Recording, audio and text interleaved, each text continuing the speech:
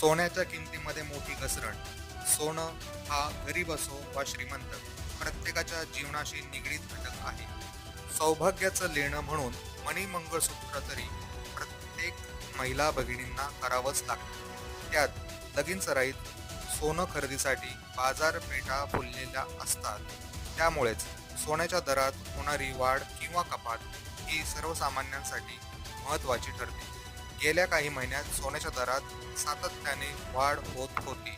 मात्र आज अर्थमंत्री निर्मला सीतारामन यांनी अर्थसंकल्पात घोषणा करताच सोन्याच्या दरात 2,000 रुपयांची कपात झाली आहे.